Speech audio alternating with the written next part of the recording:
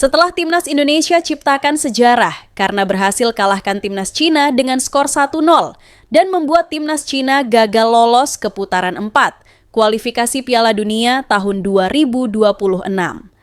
Presiden Federasi Sepak Bola Cina, yaitu Song Kai, yang mengaku ketakutan usai supporter Timnas Cina melakukan aksi kericuhan di depan gedung Federasi Cina CFA.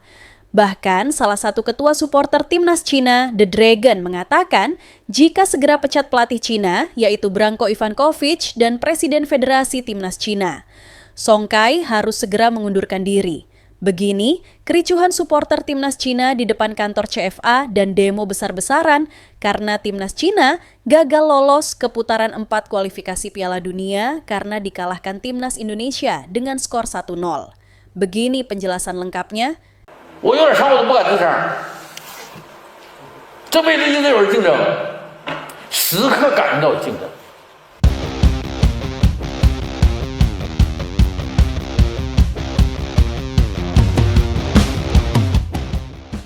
Dunia sepak bola Asia dikejutkan oleh gejolak besar yang terjadi di negeri tirai bambu.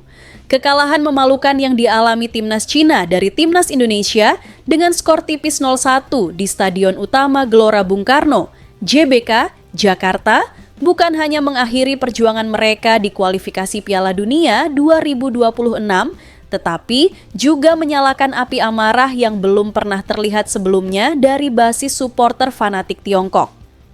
Presiden Federasi Sepak Bola Tiongkok, CFA, yaitu Song Kai, tak menyangka bahwa satu kekalahan itu akan mengundang kekacauan besar. Dalam pernyataan mengejutkan yang dirilis kepada media, Song Kai mengaku dirinya terkejut dan bahkan ketakutan menyaksikan ribuan supporter Cina yang menggelar aksi kericuhan di depan markas CFA sebagai bentuk kekecewaan yang mendalam. Setelah pertandingan yang berlangsung panas dan menegangkan di Jakarta, suasana di Beijing justru jauh lebih membara. Ribuan supporter dari berbagai penjuru negeri berkumpul secara spontan di depan kantor pusat CFA. Mereka membawa spanduk berisi caci maki, poster dengan wajah Song Kai dan pelatih Branko Ivankovic dicoret merah, dan teriakan, "Mundur, mundur," menggema hingga larut malam. Salah satu kelompok terbesar Timnas Cina, yaitu The Dragon, mengaku sebagai inisiator utama dari aksi ini. Dalam wawancara yang viral di media sosial Tiongkok, Ketua The Dragon menyatakan dengan lantang, ini bukan sekadar kekalahan, ini adalah pengkhianatan terhadap harapan 1,4 miliar rakyat Cina. Kami kalah dari tim yang bahkan peringkat FIFA-nya 30 posisi di bawah kami. Kekalahan dari Indonesia menjadi catatan kelam yang menorehkan sejarah buruk bagi Timnas Cina. Sejak era sepak bola modern dimulai, Cina tak pernah dikalahkan oleh Indonesia dalam laga resmi. Namun, semua itu berubah di GBK ketika gol tunggal dari pemain muda Indonesia yaitu Ole Romeni yang meruntuhkan mimpi besar Cina untuk bisa tampil di putaran keempat kualifikasi Piala Dunia 2026. Ironisnya, Timnas Indonesia yang menjadi lawan datang dengan peringkat FIFA ke-123, jauh di bawah Cina yang saat itu berada di posisi 94 dunia. Namun, setelah laga ini, peringkat FIFA Indonesia melonjak ke posisi 117, sementara Cina jatuh ke peringkat 98, menandai betapa besarnya dampak kekalahan ini. Di tengah gelombang tekanan yang makin menggila, Song Kai akhirnya muncul ke publik. Saya sungguh terkejut dan tidak menyangka reaksi publik akan seperti ini. Saya memahami sepenuhnya kekecewaan mereka. Kekalahan dari Indonesia adalah luka besar bagi kami semua. Tapi kekerasan bukanlah jawabannya. Kami akan melakukan evaluasi menyeluruh. Namun, pernyataan itu tidak serta-merta meredakan amarah publik. Banyak pihak menganggap pernyataan Song Kai sebagai klise dan tidak menunjukkan tanggung jawab nyata. Warganet di Weibo dan Douyin menilai Song Kai lebih sibuk mencari alasan ketimbang menghadirkan solusi. Sasaran kemarahan lainnya adalah pelatih kepala Timnas Cina yaitu Branko Ivankovic. Pelatih asal Kroasia itu dinilai gagal total dalam membawa perubahan. Dalam 2 pertandingan terakhir, taktiknya dianggap usang, prediktif, dan tidak relevan dengan permainan cepat modern yang diperagakan timnas Indonesia di bawah Patrick Kluivert. Sejumlah analis sepak bola di Tiongkok bahkan menuding Branko Ivankovic sebagai simbol kegagalan visi jangka panjang CFA. Ia dianggap hanya menangani tim dengan pendekatan jangka pendek tanpa pembinaan pemain muda yang jelas. Cina harus berhenti menyewa pelatih asing tanpa filosofi. Kita butuh pelatih yang bisa membangun dari bawah, bukan sekadar mengejar hasil sementara. Kekalahan dari Indonesia seolah membuka kembali luka lama. Ini bukan kali pertama Cina gagal di ajang kualifikasi Piala Dunia. Pada edisi sebelumnya di tahun 2022, mereka juga gagal melaju ke putaran keempat setelah dibungkam Jepang 0-1 dan dihajar Australia 0-3. Kini, kisah menyakitkan itu terulang, bahkan lebih memilukan, karena kekalahan datang dari tim yang secara statistik dianggap jauh di bawah. Kami muak. Setiap kualifikasi, kami berharap, tapi hasilnya selalu sama, gagal dan lebih gagal lagi. Kini bahkan dari Indonesia pun kami kalah. Ini titik terendah sepak bola Tiongkok. Tak hanya pelatih dan presiden federasi, CFA sebagai institusi kini menjadi bulan-bulanan kritik. Banyak pihak menyebut bahwa CFA adalah organisasi yang penuh intrik politik, minim transparansi, dan gagal dalam menjalankan fungsi pembinaan sejak akar rumput. Sejumlah suara mengusulkan agar CFA direformasi total. Bahkan ada petisi daring yang menuntut pembubaran CFA dan pembentukan federasi baru yang lebih profesional dan akuntabel. Petisi tersebut telah ditandatangani oleh lebih dari 2 juta pengguna Weibo hanya dalam 48 jam. Kemarahan supporter, kegagalan berulang, dan reaksi defensif dari para pejabat CFA membuat situasi saat ini sangat krusial. Banyak pihak menyebut bahwa ini bukan hanya tentang kegagalan lolos ke Piala Dunia, tapi tentang jatuhnya kepercayaan publik terhadap sistem sepak bola nasional. Kini, semua mata tertuju pada Song Kai dan para pengambil keputusan di CFA. Akankah mereka berani mengambil langkah besar dan bersejarah untuk menyelamatkan sepak bola Cina dari keterpurukan?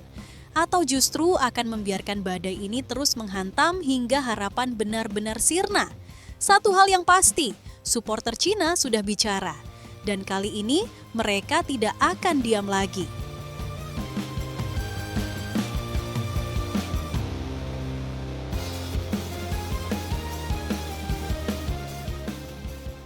Berita kedua, begini pernyataan media Cina yaitu BBC News yang menyebut jika kemenangan timnas Indonesia atas Cina dengan skor 1-0 tidak sah dan sampai media Cina sampai menuduh FIFA yang sengaja mencurangi timnas Cina. Dunia sepak bola Asia diguncang. Kekalahan mengejutkan timnas Cina dari timnas Indonesia dengan skor tipis 1-0 dalam lanjutan kualifikasi Piala Dunia tahun 2026. Salah satu media yang paling vokal dalam menanggapi kekalahan ini adalah BBC News versi Mandarin. Namun yang mencengangkan, alih-alih menerima kenyataan dengan kepala tegak, media Cina itu justru meledak dalam narasi penuh kontroversi. Mereka menyebut kekalahan itu tidak sah, menuding wasit berat sebelah, menuduh pemain Indonesia melakukan diving, hingga melontarkan tuduhan FIFA membantu Indonesia untuk lolos ke round 4 kualifikasi Piala Dunia tahun 2026. Tak hanya itu, Indonesia bahkan dijuluki secara sinis sebagai tim kedua Belanda, menyusul banyaknya pemain naturalisasi keturunan Eropa. Sebuah ledakan emosi dari media yang tak siap menerima kenyataan bahwa Indonesia kini bukan lagi tim gurem di Asia. Dalam laporan panjang yang beredar luas di platform digital Tiongkok, BBC News edisi Mandarin menyampaikan sebuah pengakuan gamblang. Kekalahan dari Indonesia adalah tamparan menyakitkan untuk sepak bola Cina. Kami sangat malu. Kekalahan ini tidak layak terjadi. Indonesia bukan lawan selevel. Ini menyakitkan. Dalam laporan yang penuh emosi itu disebutkan bahwa secara statistik, timnas Indonesia tidak berada pada level yang sama dengan Cina, baik dalam hal peringkat FIFA, pengalaman internasional, maupun kekuatan liga domestik. Satu-satunya gol kemenangan timnas Indonesia dicetak oleh Romeni setelah Ricky Kambuaya dijatuhkan di kotak penalti. Namun media Cina menganggap insiden itu bukan pelanggaran, melainkan akting sempurna ala teater Broadway. Ricky Kambuaya jelas melakukan diving. Ia menjatuhkan diri tanpa kontak signifikan. Wasit tertipu. Penalti itu tidak sah. Bahkan wasit asal Uzbekistan, Rustam Lutfulin, menjadi sasaran utama kemarahan mereka. Bahkan media menyebut Rustam Lutfulin lebih condong ke Indonesia dan menyarankan AFC untuk menyelidiki integritas keputusan wasit dalam laga tersebut. Yang membuat geger, media BBC News versi Mandarin itu bahkan menuduh bahwa FIFA sengaja membantu Indonesia lolos ke putaran keempat. Mereka menilai bahwa perkembangan drastis timnas Garuda bukan sesuatu yang wajar dan mencurigai adanya bantuan tak terlihat. Tak masuk akal tim seperti Indonesia tiba-tiba melesat ke level Asia dalam waktu singkat. Ada intervensi dari FIFA yang sengaja mengarahkan mereka untuk lolos demi kepentingan politis kawasan. Tudingan ini menjadi sangat sensitif karena secara tidak langsung menuduh bahwa kemenangan Indonesia adalah hasil rekayasa, bukan kerja keras. Media Cina juga melontarkan sindiran pedas yang berbasis pada komposisi skuad Indonesia. Mereka menyebut timnas Garuda bukan lagi tim nasional sejati. Ini bukan tim nasional Indonesia, ini tim kedua Belanda.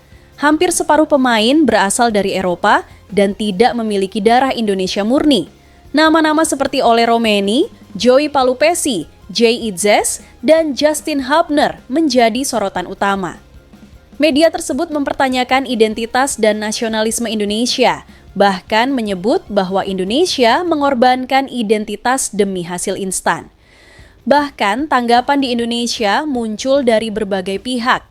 Media Indonesia hingga netizen Indonesia menyebut bahwa reaksi berlebihan dari Cina adalah bukti bahwa mereka belum siap menerima kenyataan.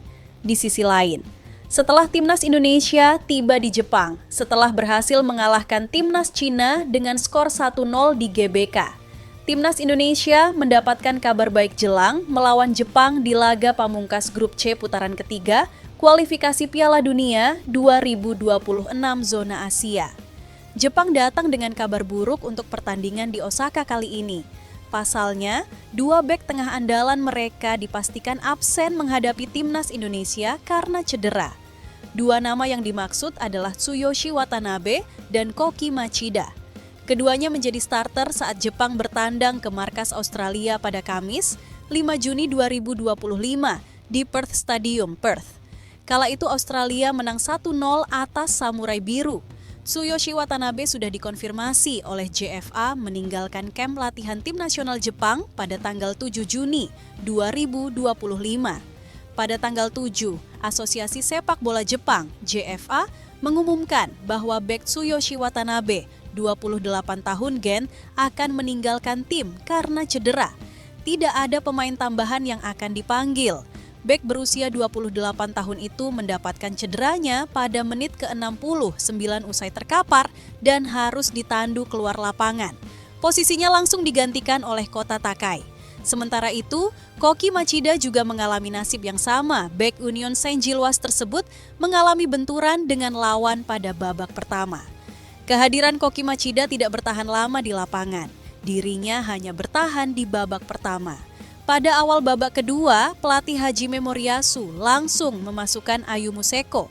Pada tanggal 6, diumumkan bahwa bek Koki Machida, 27 tahun, akan absen dari tim nasional Jepang. Machida juga cedera dalam pertandingan melawan Australia. Dia diduga cedera saat bersentuhan dengan pemain lawan di babak pertama dan digantikan oleh bek Ayu Museko di awal babak kedua. Keluarnya dua bek tengah jadi awal petaka dari perjalanan Samurai Biru di markas Australia.